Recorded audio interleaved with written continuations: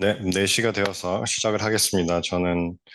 오늘 심상민 교수님이 출장 중이라서 제가 카이스트 전혜원입니다.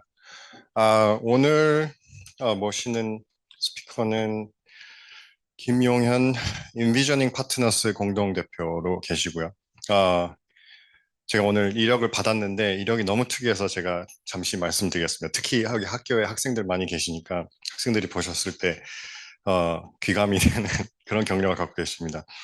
학부는 물리학을 하셨고요. 그리고 학부한 다음에 하버드 로스쿨에서 법학을 하셨고, 법학을 하신 다음에 컬럼비아 비즈니스 스쿨에서 MBA를 하셨습니다. 그래서 모든 분야를 통괄하는 학교를 다 다니셨고요. 그 다음에 어, 로펌에서도 일을 하시고 인베스트먼트 뱅킹에서도 일을 하시고 가장 최근에 이 임팩트 투자사 인비저닝 파트너스에 대해서 말씀을 해주실 거지만 회사를 시작하기 전에 그 전에는 유명한 자산운용사들 한화자산운용, 한화생명, 칼라일 코리아 대표 등을 역임하셨습니다. 김용현 인비저닝 파트너스 대표님을 박수로 맞이해 주시기 바랍니다.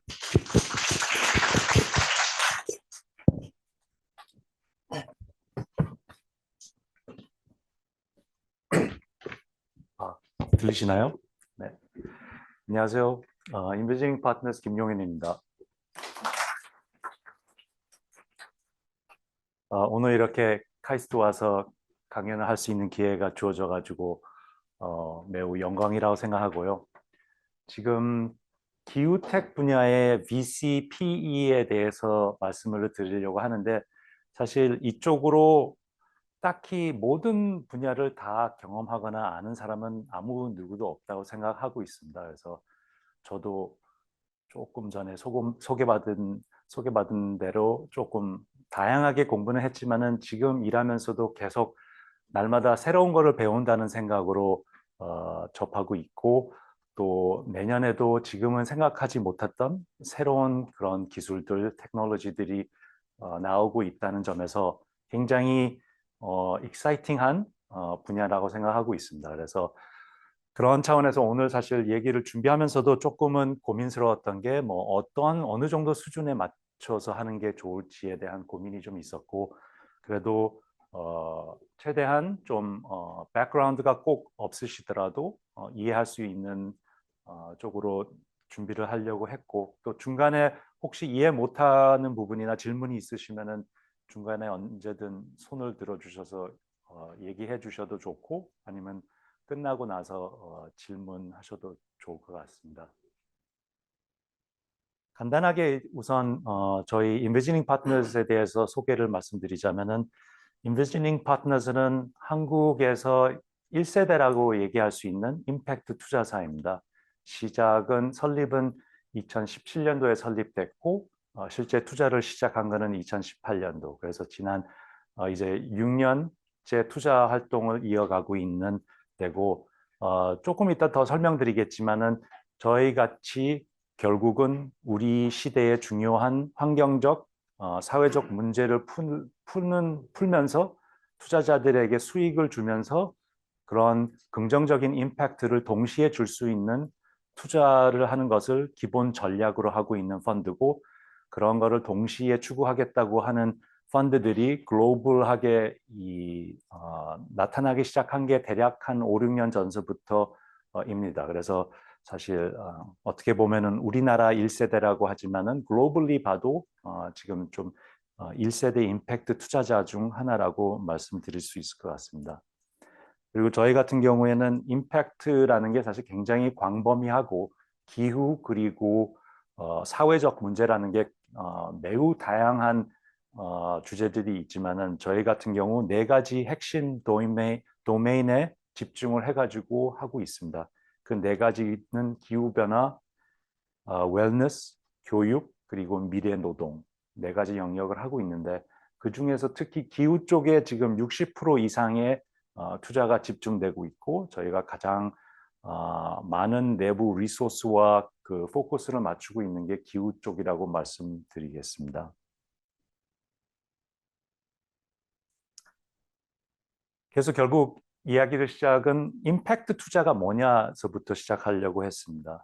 그래서 결국은 환경적, 사회적 관점으로 시장을 보고 있다 보면은 투자할 수 있는 기회들을 다른 사람들보다 더 일찍 잘 찾을 수 있다라는 믿음에서 시작하는 것 같고, 이 결국은 지속 가능한 투자의 스펙트럼이 상당히 다양합니다. 가장 크게는 이제 널리 사람들이 이제 ESG 투자라고 하는 건데, ESG 투자라는 게 굉장히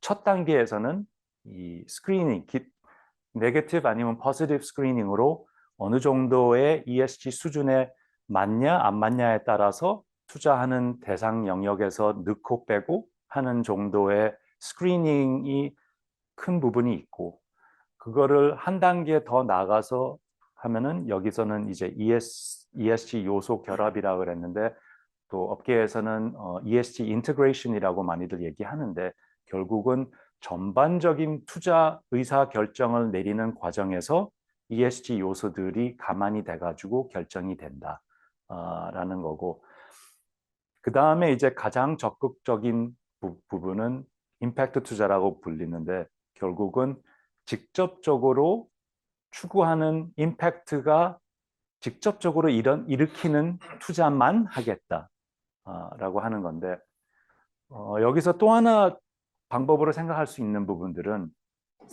투자하는 기업 대상이 상장 회사냐 아니면은 사모 회사냐, 사모 시장에 있는 회사냐인데, 결국은 상장돼 있는 회사에서는 주식 투자, 널리들 알고 계시는 펀드 투자들을 하실 텐데, 하는 분들도 계실 텐데, 주식 투자하는 경우에는 사실은 주식 시장이라는 벤치마크가 있고, 그 주식 시장을 갖다가 어느 정도 벤치마크 대비 더 잘하냐 못하냐라는 게 하나의 펀드 잘하냐 못하냐의 측도가 됩니다. 그렇기 때문에 예를 들어 한국전력을 석탄을 사용하기 때문에 투자를 못한다 해서 한국전력을 아예 투자 대상에서 빼버리면은, 근데 이제 문제는 벤치마크에는 들어가 있어요.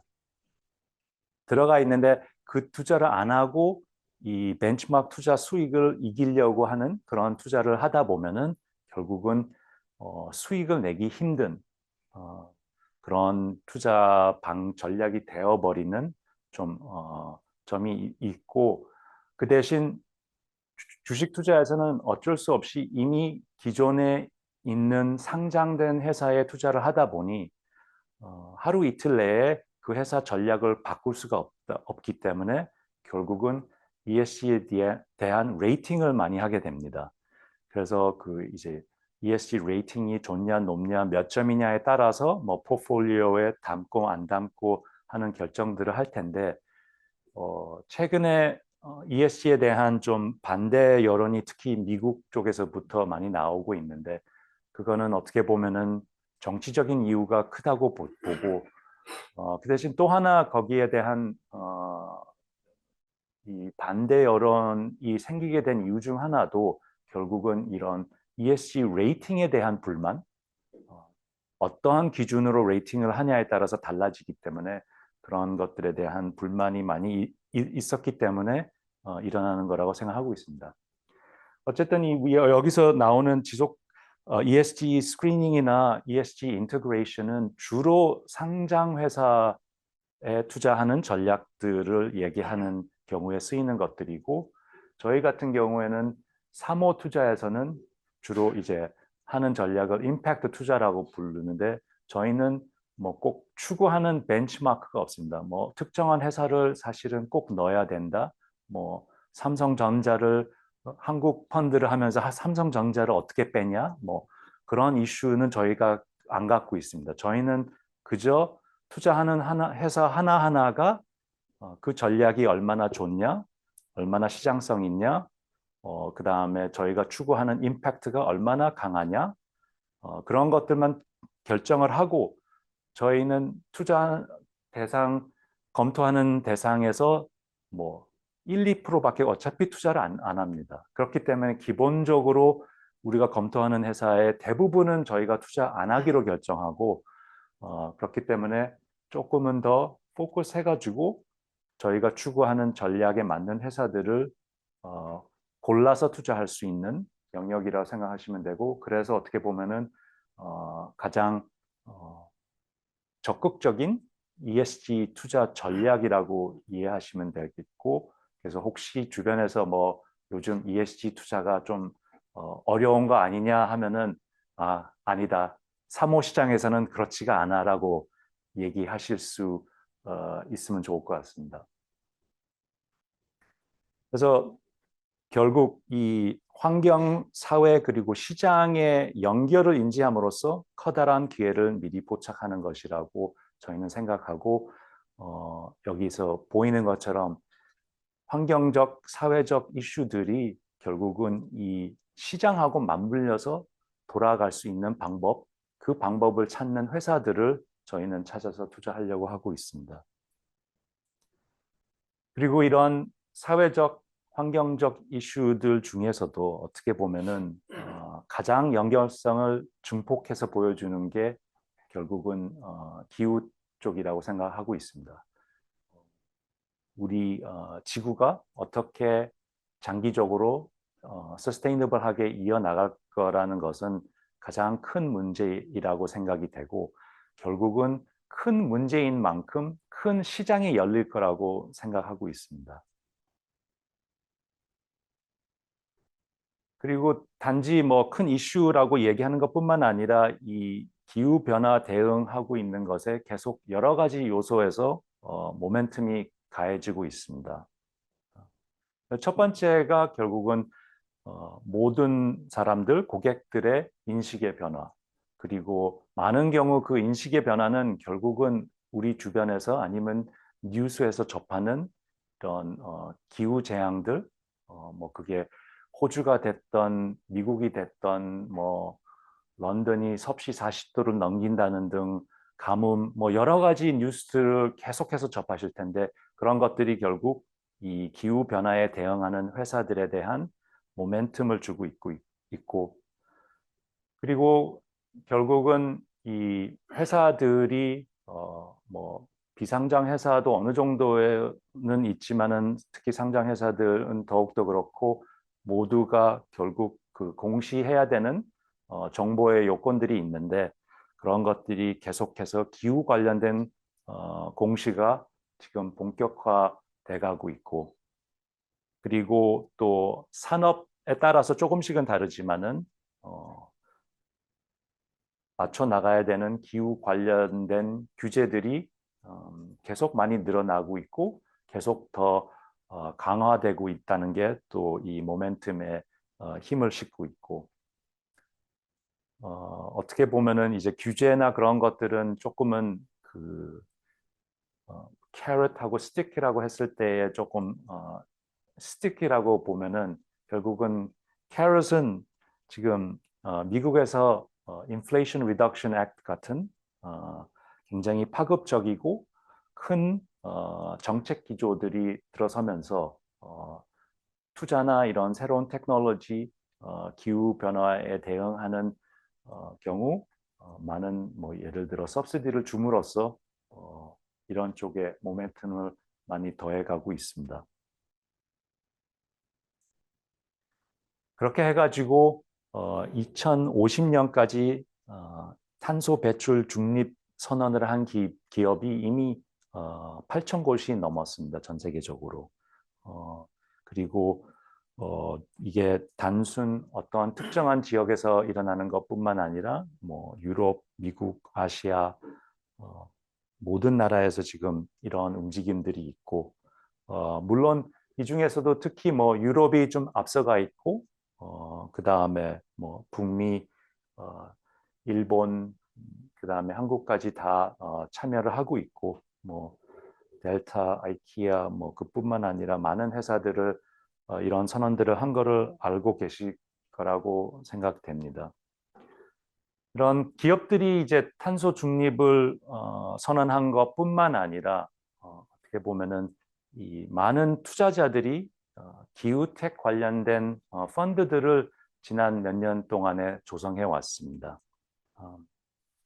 그게 몇 가지만 예를 들어서 말씀드리자면은 어떻게 보면은 여기 왼쪽에서 두 번째 나와 있는 TPG Rise라는 곳이 있는데 TPG Rise라는 곳이 한 5, 6년 전에 1조 원이 넘는 첫 번째로 대규모 글로벌 임팩트 펀드를 만든 곳입니다.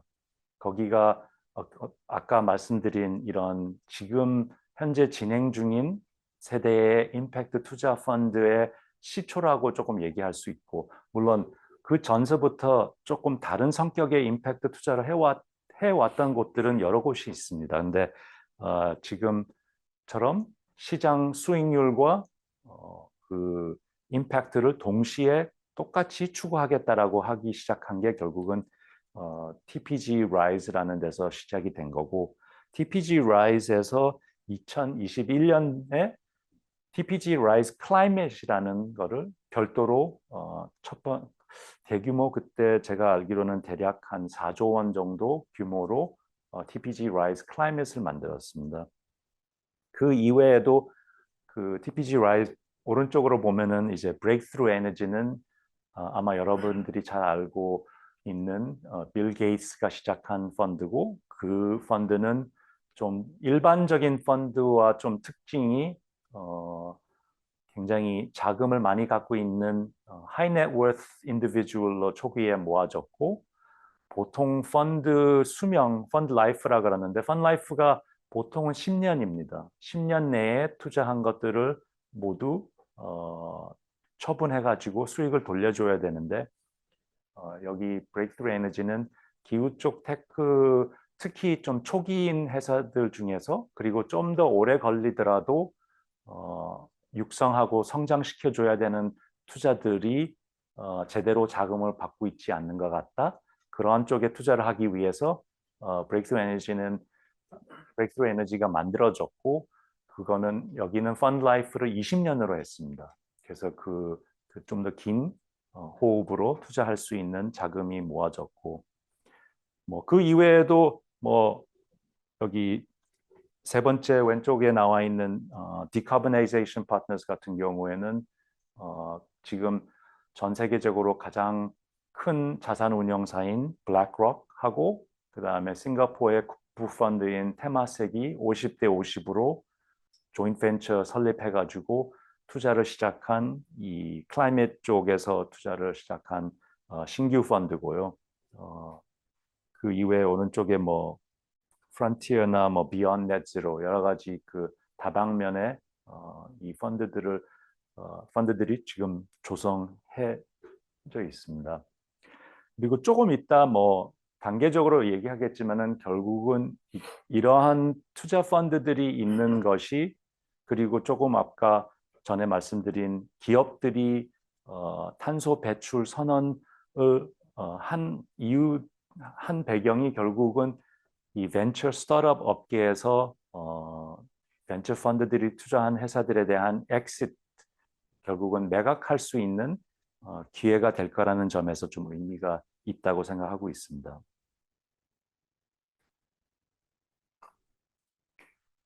여기서 지금 보여주는 것은 지난 3년간 기후텍에 집중하는 그 신규 펀드 조성 현황인데 결국은 펀드 규모가 뭐 50밀리언 미만이냐, 그 다음에 뭐 여러 단계대로, 그 다음에 가장 크게는 500밀리언 넘게까지 만들어지는 신규 펀드들에 대한 이 장표를 보여주고 있는데, 결국 여기서 볼 수 있는 거는 계속해서 이 기후텍에 투자하는 펀드들은 계속 만들어지고 있고 많은 자금들이 이쪽에 모여지고 있다는 것을 보여주고 있습니다.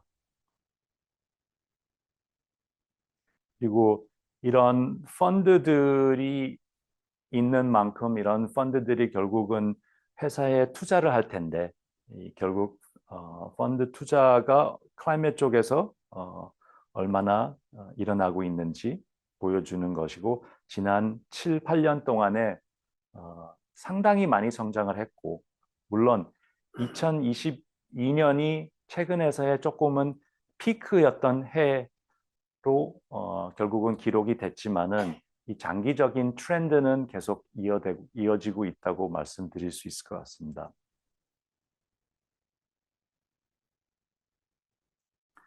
그리고 아까 좀 전에 말씀드린 대로 결국 이 기후 스타트업에 투자한 벤처 VC로서 엑싯이 어디서 일어나냐 보면은 2022년까지는 어떻게 보면은 아직 시장이 IPO 시장이 그나마 조금은 열려 있고 했을 때에는 IPO나 스펙을 통해서 엑싯하는 경우들이 제법 있었는데 결국은 뭐 미국서부터 시작돼 가지고 전 세계적으로 보면은 결국은 IPO 시장이 문이 거의 닫히다시피 되면서 결국은 엑싯 방법 중에서는 이 M&A 엑싯 결국은 기업이 이 스타트업을 M&A 한다든지 아니면은 아까 소개해 드렸던 그 다른 펀드들 벤처보다는 조금 더 후속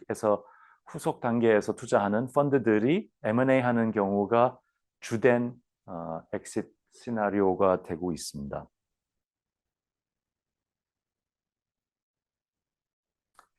그래서 약간은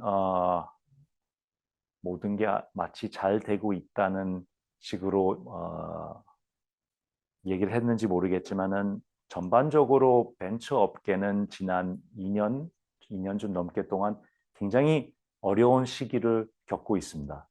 그리고 뭐 의견들은 좀 다를 수 있겠지만은 저는 사실 아직 끝나지 않았다고 보고요.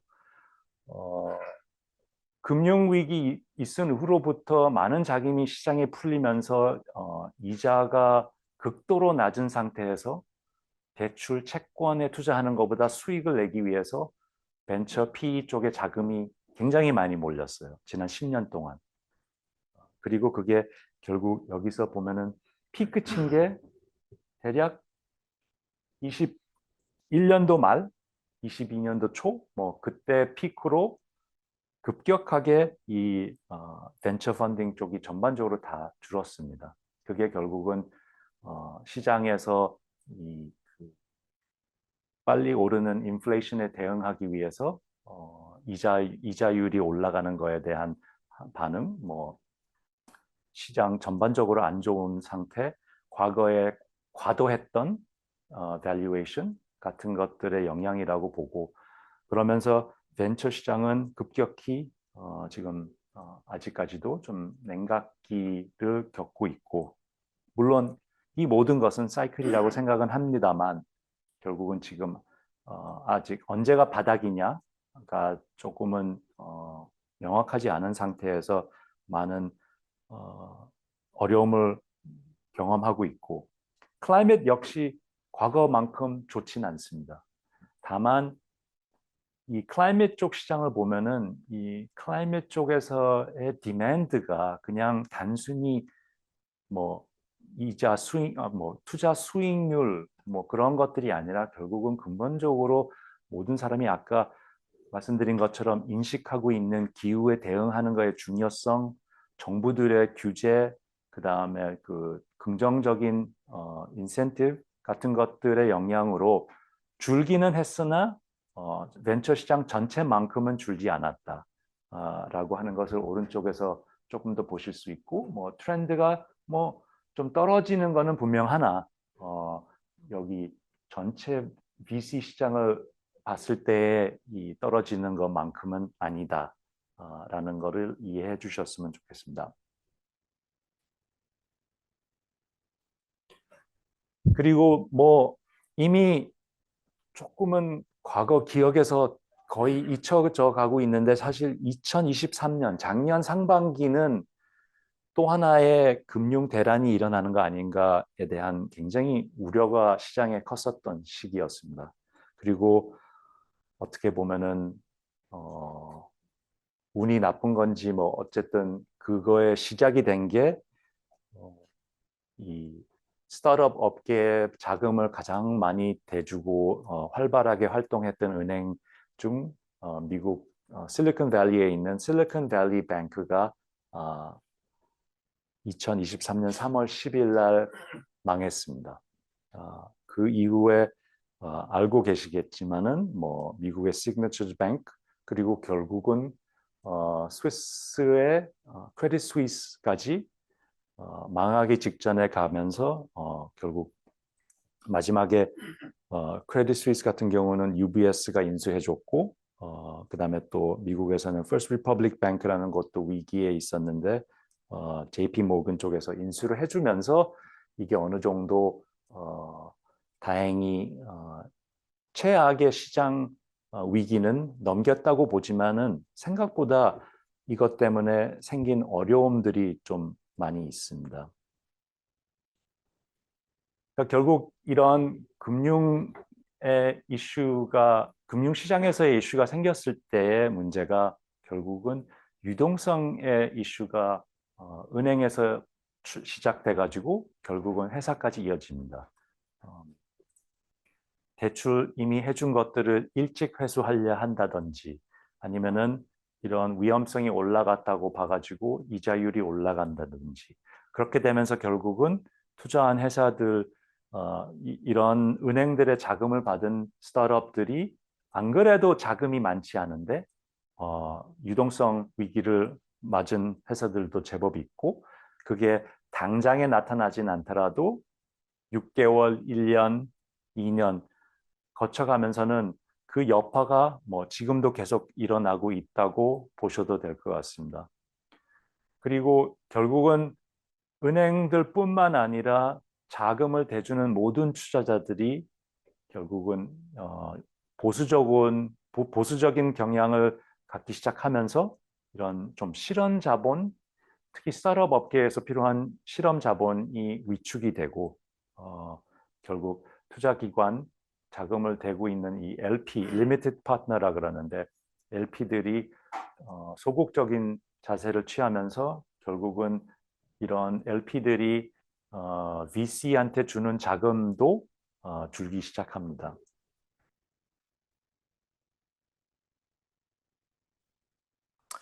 그래서 이 시점에 사실 좀 이 벤처 업계를 이해하기 위해서는 벤처 업계의 자금 흐름을 좀 이해하는 게 중요하다고 생각이 돼가지고 이 장표를 준비했는데요. 우선 간단하게 말씀드리면 결국은 그 대형 투자기관, 뭐 금융기관, 뭐 생명보험회사가 됐던 뭐 연극임이 됐던 그런 데들을 이제 결국 여기서 asset owner라 그러는데 asset owner들이 직접 투자를 하기가 일정 부분 직접 투자할 수도 있지만은 많은 돈을 직접 투자하기 어렵기 때문에 결국은 asset manager들한테 돈을 줍니다. asset manager는 저희 같은 VC 아니면은 private equity, PE firm들한테 자금을 주고 그 자금을 저희는 10년 동안 얼마 수익을 내주겠습니다 하고 투자를 이제 스타트업에 투자를 합니다. 그러면은 지금 뭐 스타트업 생태계가 어떻느니 하는 얘기들이 많이 있는데 잘 구분해서 좀 이해를 하는 게 중요하다고 생각했습니다. 실제로 스타트업 회사들이 대한 얘기인지 아니면은 스타트업에 투자를 해주는 VC들의 이야기인지 아니면은 VC들한테 자금을 주는 이 애셋 오너들에 대한 이야기인지 그 모두가 사실은 중요합니다. 왜냐하면 이 어느 하나라도 끊기면은 현금이 투자가 안 되거든요. 그래서 어떻게 보면은 이 애셋 오너부터 시작하는 게 중요할 것 같은데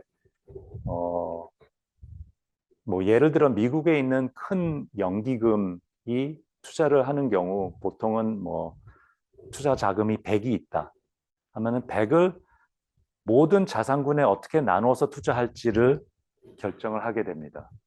그게 이제 결국은 asset allocation이라 그러는데 주식의 몇 프로, 채권의 몇 프로, PE 몇 프로, 부동산 몇 프로, 뭐 VC의 몇 프로 해가지고 그 틀을 짜고 뭐 하루하루 그 틀에 딱 맞춰서 투자할 수는 없지만은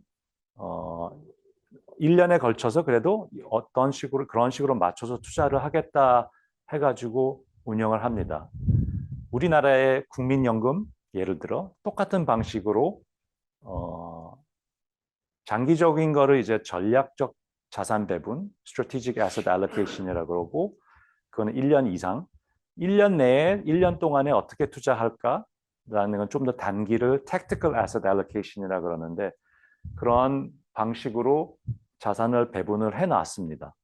근데 그 와중에 이자율이 한 가지 또 먼저 말씀드려야 되는 게 그 투자 비중에서 사실은 거의 모든 큰 기관들은 채권에 자금이 가장 많이 들어가 있습니다. 그게 뭐 어느 정도 보수적인 성향도 있어서 그렇고 그 다음에 꾸준한 이자를 통한 수익을 얻을 필요가 있기 때문에 많은 부분이 채권에 들어가 있어요. 예를 들어서 생명보험회사 하나의 예를 들자면은 보통은 최소 50% 이상 이 채권에 들어가 있습니다.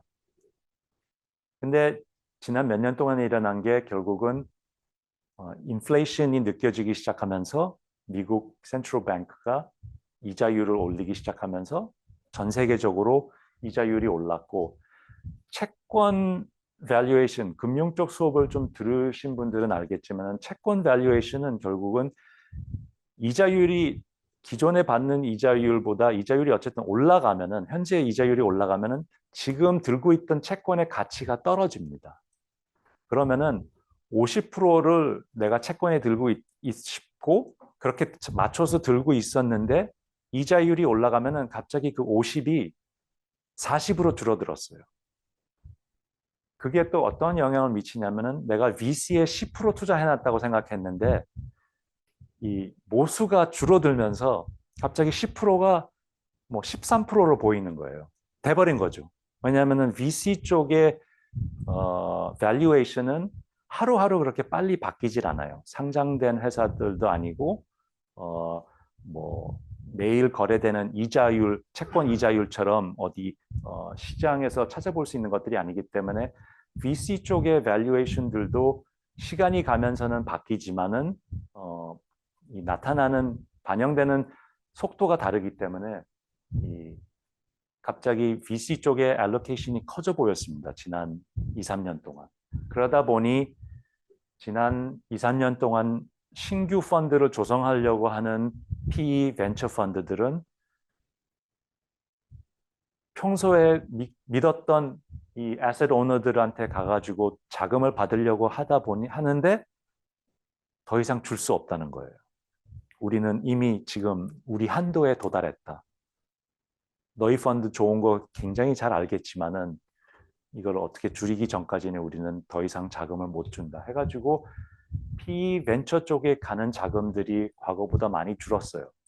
뭐 이게 모든 애셋 오너들한테 뭐 다 어느 강도로 뭐 일어난 강도는 다 다르겠지만 그래서 펀딩이 전혀 안 된다는 얘기는 아니지만은 전반적으로 VC 쪽의 펀딩이 많이 어려워졌습니다. 그러다 보니 VC들도 새로운 신규 투자를 할 수 있는 자금이 과거만큼 있지 않거나 요 다음 펀드는 그만한 규모로 만들기 쉽지 않겠다라는 것을 인지하기 시작했고 그러다 보면서는 이 다음 새로운 신규 스타트업의 투자에 대해서 굉장히 조심스러워졌어요. 안 하는 건 아니지만은 과거보다는 좀 더 조심해서 진짜 괜찮다고 생각하는 거에만 조금 하자. 과거에는 좀 과감하게 비싸더라도 투자를 하겠다라고 생각했던 거에서 한 발 물러서 가지고 조금은 더 보수적으로 투자를 하다 보니 결국은 스타트업들이 여러 가지에서 이제 어려움을 겪고 있습니다. 안 그래도 경제가 안 좋아서 시장도 별로 안 좋고 평소에 이렇게 자금을 주던 VC들도 더 보수적으로 돈을 전에만큼 안 주고 대출이라도 얻었으면 좋겠는데 그나마 전에 대출해 주던 데들도 아예 지금 문을 좀 닫은 듯이 자금을 잘 안 빌려주려고 그러고 그러다 보니 스타트업이라는 게 결국은 일정한 캐시를 가지고 아직은 수익을 못 내고 있기 때문에 캐시 번을 하고 있습니다. 대부분. 그러면은 캐시 런웨이 살아남을 수 있을 수 있는 기간이 계속 깎아먹고 있고 그거를 갖다가 보충을 해줬던 자금들에서 자금이 안 들어오다 보니 이들도 어쩔 수 없이 뭐 구조조정을 해가지고 인원을 줄인다든지 비용을 줄인다든지 렌트가 더 싼 곳으로 옮긴다든지 어떤 식으로 해서든 이 캐시 런웨이를 늘리는 작업들을 한 회사들이 많이 있습니다. 그리고 어떻게든 자금을 모아야 되니 지난번 라운드보다 좀 더 밸류에이션 낮춰서라도 자금을 모아야 된다. 망하는 것보단 낫다. 그래서 다운 밸류에이션이라 그러는데 다운 밸류에이션으로라도 다음번 펀드레이징을 하게 되는 것입니다. 그게 그래서 아까 보면은 그래서 글로벌 시장에서 보면은 왜 이런 식으로 글로벌 벤처 시장이 꺾였는지를 이해하실 수 있고 약간은 특이하게 우리나라는 그 영향이 좀 상대적으로 적습니다. 그 이유가 벤처 시장에 이 자금을 대주는 데가 국내는 주로 정부 정책기관 관련된 데들이 많아요. 그래서 이 정부 기관들은 시장에 덜 민감하고 그해 버짓에 맞춰서 자금을 주고 그러다 보니 우리나라에서 흔히 뭐 좀 들어보실 수 있는 모태펀드, 한국성장금융, 산업은행 뭐 등등 그런 기관에서 계속 자금을 정부에서 받아서 아니면 어쨌든 그 자기들의 소스에 받아서 넘겨주고 뭐 하는 작업들이 계속 일어나다 보니 한국은 그 영향을 좀 덜 받았습니다. 그래도 안 받았다는 건 아니고 좀 덜 받았다는 거를 말씀드릴 수 있을 것 같고 또 좀 한 가지 기억해야 되는 것 중 하나는 기업들이 탄소 배출을 갖다가 줄이겠다는 선언을 하고 나서 투자들도 하기 위한 CVC라는 거를 Corporate Venture 마지막 C가 뭔가? Corporate Venture Fund를 어쨌든 벤처 캐피털, Corporate Venture Capital을 만들어서 투자를 하다 보니 약간은 통상적인 에셋 오너가 아닌 기업에서 통한 자금들을 이제 받기를 시작했습니다. 그 다음은 여기 지금 보시는 게 결국은 이런 어려움 속에서도 기업들은 탄소 배출을 줄여야 되고 줄일 수 있는 신규 사업을 찾아야 되고 뭐 그런 압박에서 어쨌든 뭐 쉘이 됐던 뭐 이런 회사들이 계속해서 특히 기후 쪽에 M&A를 하고 있습니다. 그리고 이런 트렌드는 계속 이어질 거라고 보고요. 그리고 뭐 ESG가 지금 많이 어려운 거 아니냐라는 얘기들도 있지만은 저는 사실 이번 작년 2023년 12월에 아부다비에서 열렸었던 이 COP28에서 선언을 처음으로 이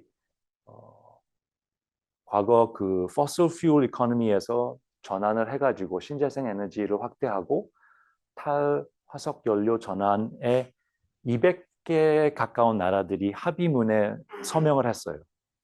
물론 그 합의문의 강도 뭐 그런 것들에 대한 좀 논쟁은 있었고 결국은 어떤 곳에서는 좀 실망스러웠다라고 얘기하는 데들도 있기는 하지만 그래도 이 많은 경제적 어려움 뭐 여러 가지 상황에서도 거의 200개 되는 전 세계 나라들이 탈화석 연료 전환을 해 나가겠다라고 선언한 거는 상당히 고무적이라고 생각하고 있습니다. 그래서 다음은 이 기후텍에 조금은 더 집중해서 조금 몇 가지 말씀을 드리려고 합니다.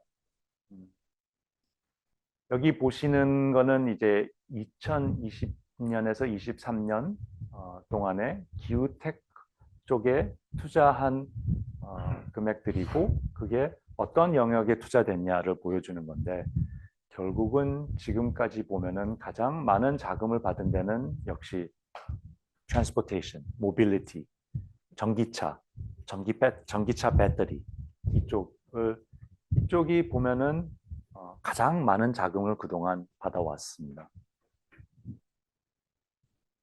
그거보다는 작지만 어쨌든 에너지 쪽도 중요한 부분에 자금을 받아왔고요. 여기는 뭐 태양광, 신재생 에너지 쪽 개발 뭐 그런 것 쪽에서도 있지만은 결국은 뭐 장주기 배터리, 잘 아시겠지만은 태양광 아니면은 윈드 쪽 봐도 결국은 이 전기를 발생하는 시간이 계속 일정하지 않기 때문에 이거를 갖다가 생산된 전기를 장기간 보관할 수 있는 배터리가 있지 않으면은 결국은 전체 전기 그리드에서 할 수 있는 역할들이 제한적이다라는 것 때문에 뭐 투자되는 영역들이고 뭐 여러 가지 의견들이 있을 수 있지만은 결국은 뭐 화석 연료를 줄이면서 뉴클리어도 어느 정도는 투자돼야 되지 않냐 해서 뭐 그런 것들도 투자되고 있고 과거에는 그랬고 지금 최근의 트렌드를 보면은 최근에 와서는 여기서 보시는 것처럼 이 모빌리티 쪽은 그리고 에너지 쪽도 과거만큼은 아니게 좀 조금은 줄고 있습니다. 뭐 이쪽 투자가 뭐 당연히 하루아침에 없어질 건 아니지만은 과거만큼 많은 집중을 받지 않고 있고 오히려 조금 작은 데서 시작했지만은 인더스트리 일반적인 산업 쪽 그리고 그 이런 climate management 뭐그 built environment 결국은 건설, 빌딩 관련된 그런 쪽 영역들이 굉장히 작은 베이스에서 조금 올라오는 것들을 보실 수 있습니다. 근데 계속해서 조금 잘 지켜봐야 된다고 생각하는 거는 여기 오른쪽이 글로벌 애드미션이고 실제로 이쪽이 이제 투자된 왼쪽이 투자된 부분인데 그리고 결국 트랜스포테이션을 보면은 글로벌 에미션에서 차지하는 그 비중보다 투자를 사실은 훨씬 더 많이 받아왔어요.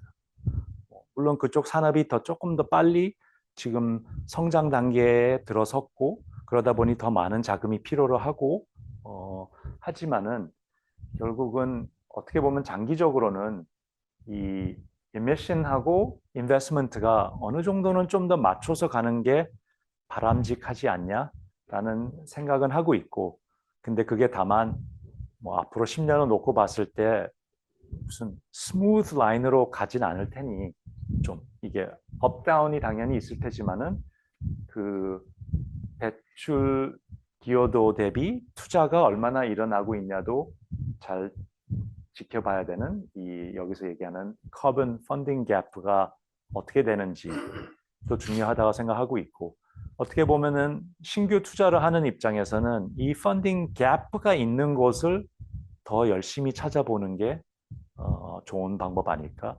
새로운 스타트업을 만들고자 했을 때 당연히 그냥 지금 모빌리티 쪽으로 뛰어들 수도 있겠지만은 이미 그쪽에 들어선 회사들도 많고 자금도 많은데 그거보다 좀 자금이 현재는 덜 받고 있지만은 앞으로 더 받을 수 있는데 또 관심을 가져줘야 되지 않냐라는 생각을 합니다. 그런 결국은 관심을 덜 받던 영역 중 하나가 이 탄소 포집 시장입니다. 과거에는 이 시장은 아직 멀었어. 시간이 너무 오래 걸릴 거야 라고 했던 것이 결국은 특히 미국에서 인플레이션 리덕션 액트가 들어오면서 거기에 대한 탄소 포집에 대한 크레딧과 서브시디를 많이 주고 그 다음에 여기 프론티어 프로젝트라는 곳에서 탄소 배출권을 갖다가 미리 사주는 계약을 해주겠다. 그래서 아직 시장이 성숙하지 못하다는 것을 인지하고 그런 앞서 나가는 투자들, 회사 빌딩을 하도록 장려하기 위해서 프론티어 프로젝트 같은 것들이 만들어지면서 최근 몇 년 지난 한 12개월, 18개월 사이에 많은 움직임들이 이미 느껴지고 있고 앞으로도 탄소 배출, 탄소 포집 시장이 계속 커 나아갈 거라고 생각되는 영역 중 하나입니다. 그래서 이게 방금 말씀드린 대로 인플레이션 리덕션 액트에서 해주는 거고 그 다음에 이 기후텍이 사실은 다른 스타트업 분야하고는 좀 몇 가지 이유에서 특징을 가졌다고 생각하고 있습니다. 그 중에 하나가 일단은 B2B. 그냥 많은 부분들이 개인들보다는 이미 기존에 있는 산업, 대기업들을 상대로 하는 사업들이 많이 있고, 그 다음에 미국 실리콘밸리에서 나오고 있는 많은 스타트업들을 보면은 결국은 소프트웨어 쪽, 인터넷, 뭐 모바일 그런 쪽의 회사들인 반면 기후텍 쪽은 하드웨어, 딥텍 쪽, 실제로 뭔가를 공장에서 만들고 아니면은 화학적 프로세스를 통해서 아니면은 생물적 프로세스를 통해 가지고 물질을 만들어내거나 뭐 재활용 하거나 뭐 하는 것들이 일어나고, 그다음에 결국은 이 기후 이슈가 어느 특정한 한 나라의 이슈 이상으로 글로벌한 이슈인 만큼 기후에 대응하는 솔루션도 글로벌해야 된다. 그래서 이런 특징들을 생각했을 때는 결국은 기후 쪽 투자 전략을 어떻게 가져가는 게 맞을지 생각해 봤을 때는 특히 VC 아니면 기후텍에 투자하는 VC 아니면 PE 입장에서는 결국 관련 산업의 대기업들하고 협업하는 게 중요하기 때문에 기존에 있는 이런 대기업하고도 어떻게 같이 공동 투자를 한다든지 아니면은 스타트업들의 고객이 된다든지 스타트업들한테 뭔가 제공해주는 서플라이어가 된다든지 그런 식의 협업을 하는 거를 잘 구축해 나가야 되는 게 하나의 중요한 전략이라고 생각하고요. 그 다음에 기후테크라는 게 아까 보셨듯이 영역이 굉장히 다양합니다. 모빌리티, 에너지, food and agriculture, 뭐 built economy, 뭐 탄소 포집, 뭐 다 굉장히 다른 영역들이거든요. 그러다 보니 이 모든 거를 다 할 수 있는 하우스는 없다고 봅니다. 그러면은 기후 투자를 한다고 하지만은 기후 투자 내에서 어느 쪽에 주로 투자할 거냐, 그리고 거기에 대한 얼마나 전문적 지식이 있고 그 다음에 그런 쪽 회사들이 성장할 수 있는 네트워크가 있냐가 굉장히 중요해지고 그게 한국에서뿐만 아니라 글로벌리 있어야 된다.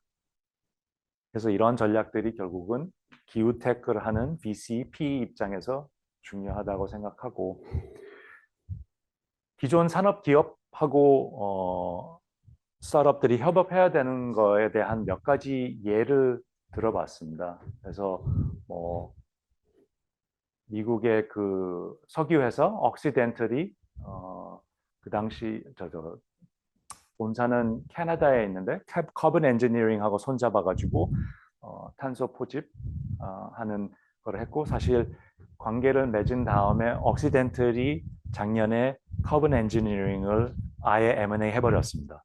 그래서 M&A까지 이어진 사례가 됐고 뭐 여기는 사실 저희가 투자한 회사긴 한데 Dimension Energy라고 Sustainable Aviation Fuel 그래서 화석 연료를 사용하지 않은 방법으로 항공기에 들어가는 항공유를 만드는 회사인데 거기가 이제 유나이티드하고 유나이티드가 그거를 만들면 사겠다라는 계약을 맺었습니다. 그러니까 그런 것들이 그 이외에도 한국 회사 중 하나 뭐 예를 들었던 거는 저희 H2라고 장주기 배터리 아까 말씀드렸던 장주기 배터리 그리고 여기 대표님 참고로 카이스트 출신이고요. 장주기 배터리를 만드는데 결국은 장주기 배터리를 태양광의 시스템에 판매를 하려 그러면은 혼자 할 수 있는 게 아니거든요.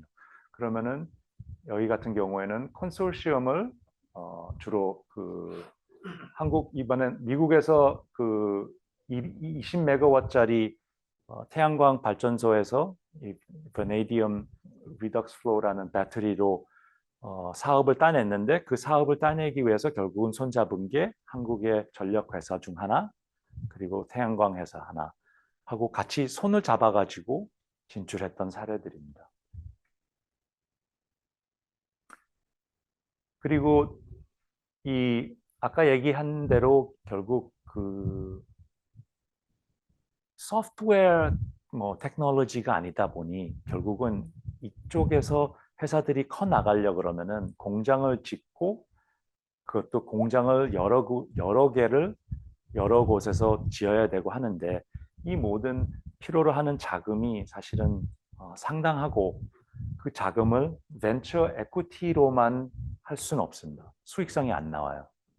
그러면은 결국은 어떤 형태든 대출 형태의 자금이 필요로 하고 그러면은 그게 뭐 벤처 데트가 됐던 그냥 일반 대출이 됐던 아니면은 특정한 프로젝트를 갖고 프로젝트 파이낸싱을 한다든지 뭐 여러 가지 다른 방식으로 회사가 성장하기 위한 자금을 마련해 주는 게 이제 중요한 시기에 들어섰다고 생각하고 있습니다.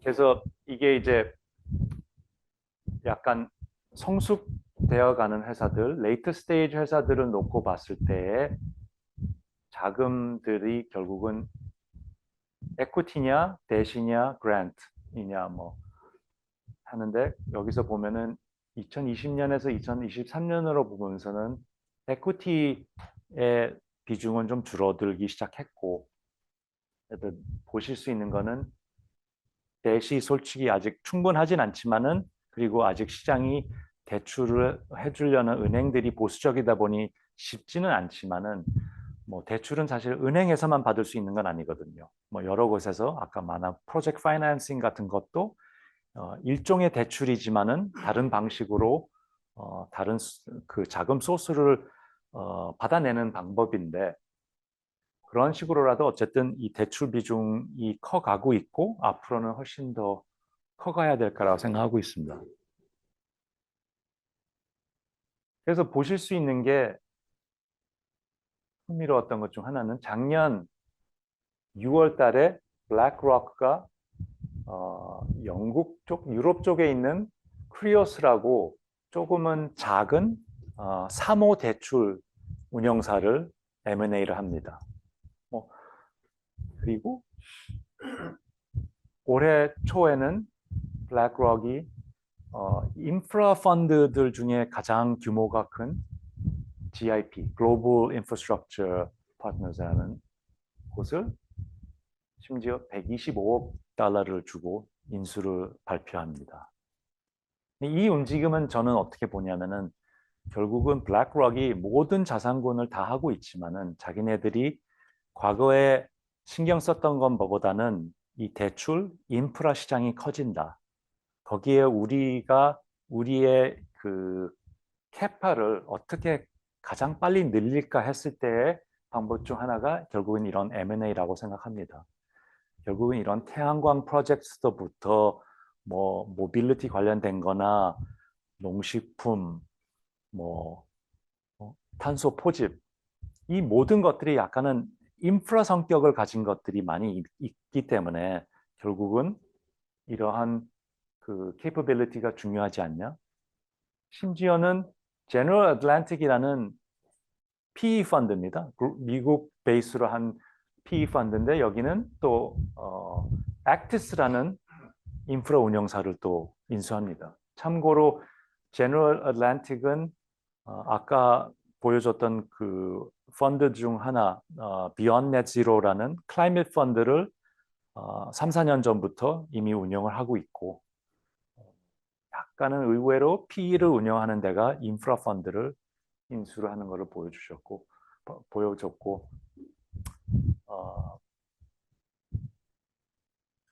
그래서 자금이 다변화되고 있다.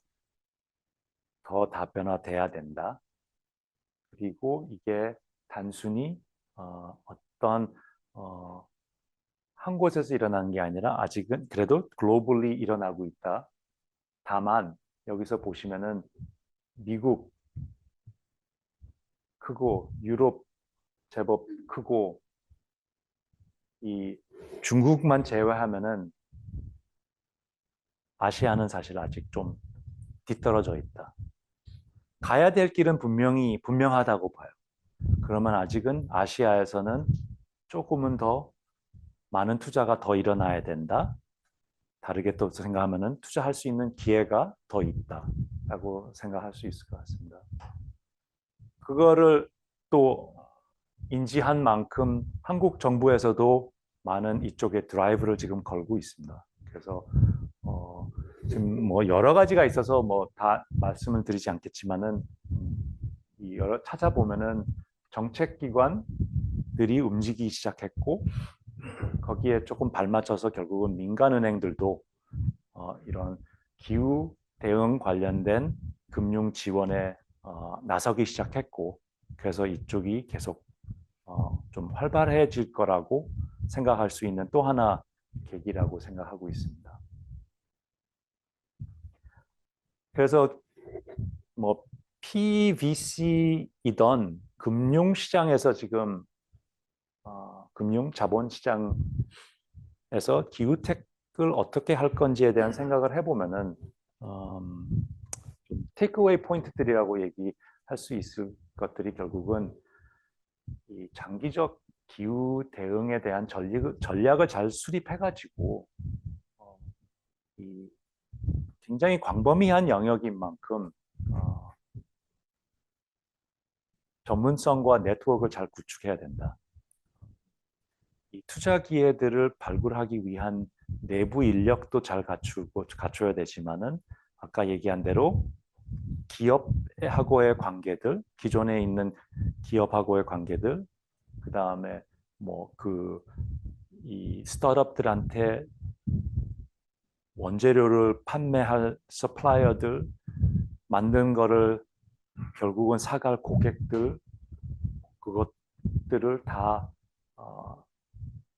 네트워크를 잘 구축을 해야 거기에 필요한 자금을 대줄 수 있을 거라고 생각이 되고 그게 여기 말씀드린 대로